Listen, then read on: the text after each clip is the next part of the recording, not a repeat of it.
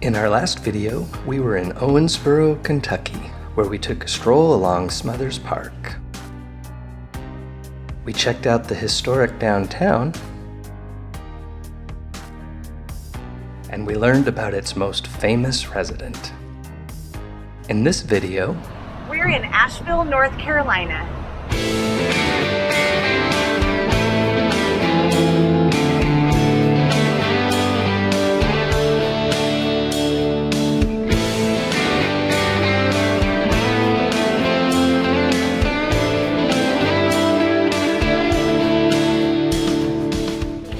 Asheville is stop 4 on what we're calling Wanderlust 2022, our epic journey from Kansas to Florida. I don't think we've ever done this before, but we just had to kick this video off with some shots from the Cherokee National Forest, which was the gateway we used to enter both North Carolina as well as Asheville. It's just absolutely stunning.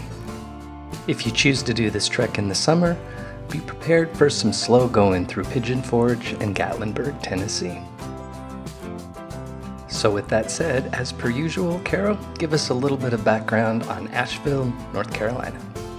Asheville's located in the mountains of western North Carolina. It's the largest city in western North Carolina with a population of about 95,000 people.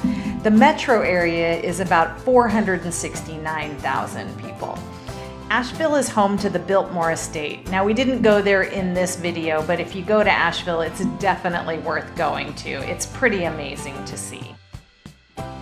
I believe it was in the St. Louis video where I confessed that I wasn't quite as excited about the Midwest cities as I was about the rest of the trip. First, I was very wrong about that. Missouri was fantastic. I loved Jefferson City, loved St. Louis, and I even enjoyed our stop in Owensboro, Kentucky. But for me, starting here with Asheville is where the trip got most exciting. Asheville is one of those little towns I've heard a lot about. Everybody that I know that's been to it said it's fantastic, you gotta go see it, so I'm very glad that we found a way to work it into this trip.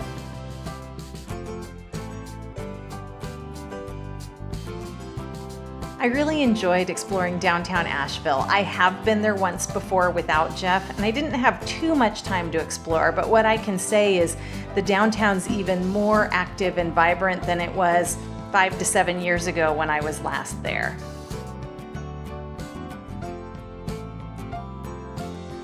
If, like us, you prefer to explore on foot, we think you'll find Asheville to be a very accommodating city.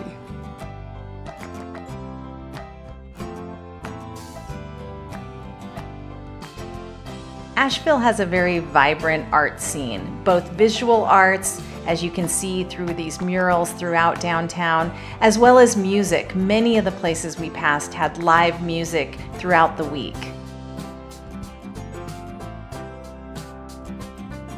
We're coming up here on the Grove Arcade, one of the most recognizable buildings in downtown Asheville. It was built in 1929 and was America's first indoor shopping mall.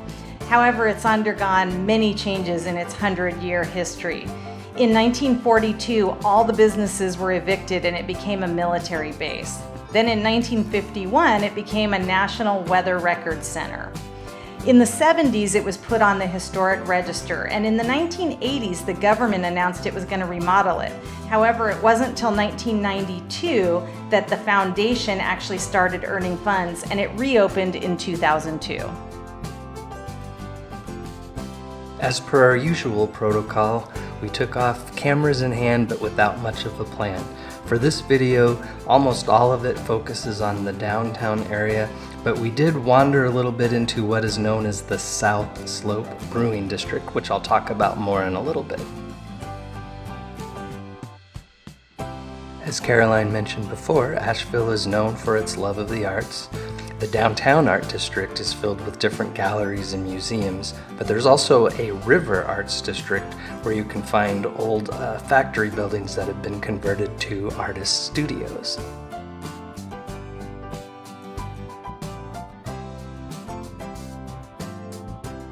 This building ahead with the arches is the S&W Market, which is a food hall and tap room.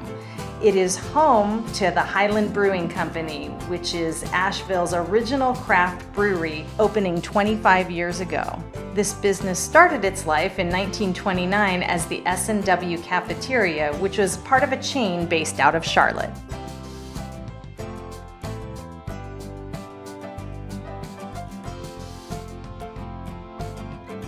Caroline briefly mentioned it earlier, but there is a noticeable absence of the Biltmore estate in our video, and there's two reasons for that. One is you really do need to plan to do that ahead of time, which we did not do. And the second reason is there's already a ton of YouTube videos on that particular destination, and I'm not too sure we could really add anything to it. So we really just wanted to focus around the downtown area.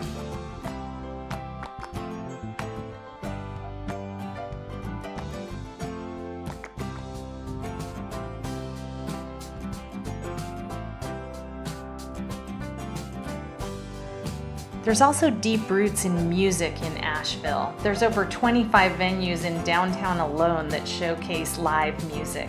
It's also the home to quite a few music festivals, including the longest running folk festival in the nation.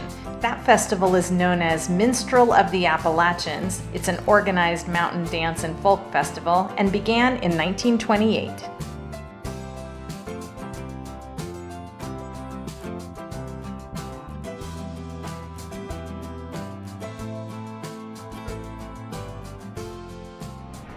We left Knoxville this morning and took a beautiful drive through the Smoky Mountains up through Pigeon Forge and Gatlinburg, and then dropped down into Asheville, and now we're exploring this really great downtown.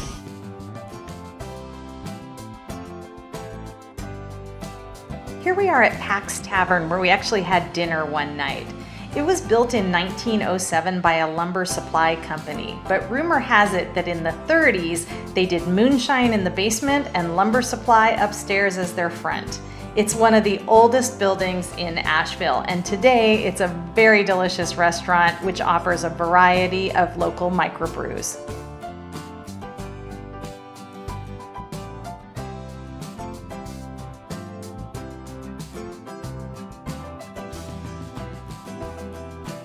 I believe I noted in the Jefferson City video that Caroline and I see a lot of ghost tours in the cities that we visit, so apparently that's a very popular thing, and if that's your thing and you come to Asheville, know that there is a nighttime walking ghost tour through the heart of the city where you can learn all about its haunted history.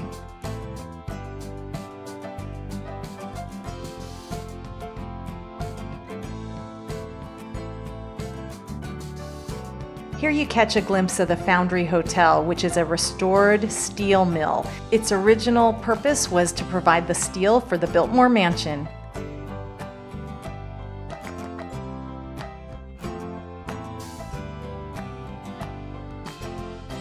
For you history buffs, Asheville can trace its roots all the way back to 1784, where it was originally called Morristown.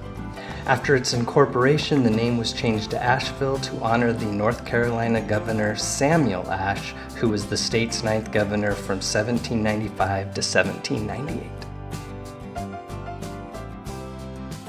In keeping with the history theme, as we approach the Brewing District, there's some very interesting history regarding Asheville and Prohibition. Caroline, it's all you. Definitely. When you think of Asheville, this is the town that's consistently named Beer City, USA, and has just under 50 craft breweries. But interestingly, they passed their own prohibition law in 1907, more than a decade before it was the law of the land. Well, I'd say they more than made up for it. Given the relatively small size of the city, that there's 50 breweries around the area is just incredible. Yeah, the second largest per capita in the nation, behind Portland, Maine.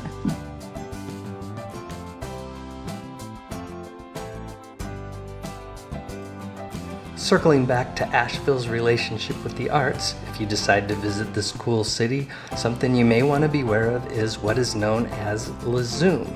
This is a one-of-a-kind tour bus that focuses on comedy, and it was started by 2 Asheville street performers and offers several guided tours throughout Asheville where guests can learn all about the city while enjoying a few laughs.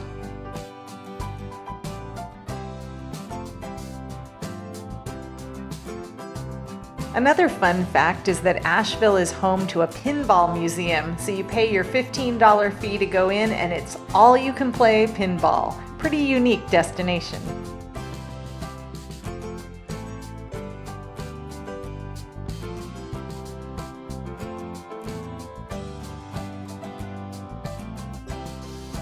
Here in a second, I'm about to yap on and on about the brew scene in Asheville, but for those of you that are into wine, this is actually North Carolina's wine country. There's a total of 15 wineries within about 15 miles of the city's downtown core.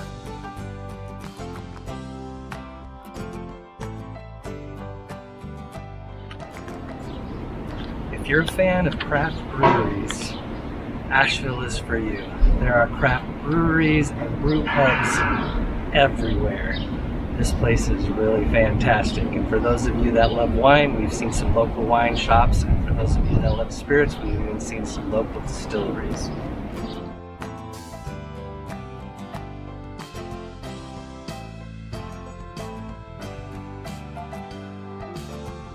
Asheville is known as Land of the Sky.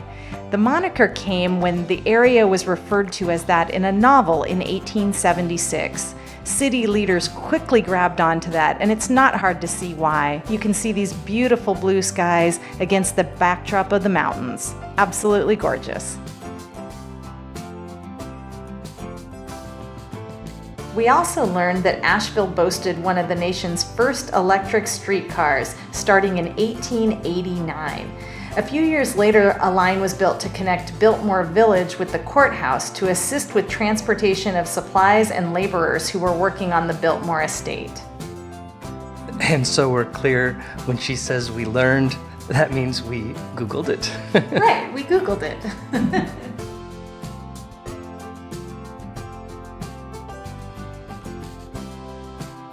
I know it's starting to sound like a broken record, but it just cannot be overstated how beautiful this area is.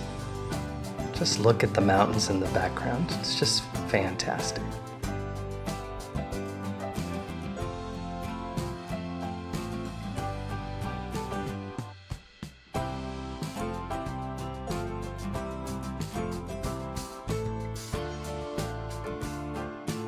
At this point in the video, we've been walking around for 3 or 4 hours, so it was time for a break. First stop, what the area is most known for, one of the local craft brews. Remember where we went, Carol? We started at the brewery Dissolver, where we sat on their great shaded patio and tried a couple of their microbrews. Then we headed to the Mellow Mushroom for some delicious pizza.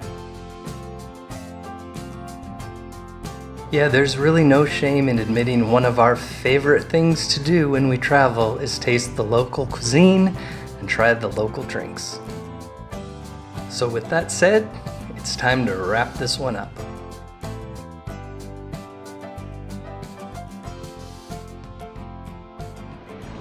So as we wrap up our day here in Asheville, what are your final thoughts? I like Asheville. It's funky and kind of quirky. It has a really great downtown, plenty of food and drink establishments, and a lot of outdoor art. So it's actually not our last day. We're going to be here all day tomorrow. But today was gorgeous in the 70s, just beautiful. But tomorrow's supposed to rain all day, so we wanted to make sure we filmed as much as possible today and just go ahead and wrap it up. If we find anything else cool or the weather's wrong, we'll film accordingly. Otherwise, yeah, my thoughts are with Caroline. This was really cool.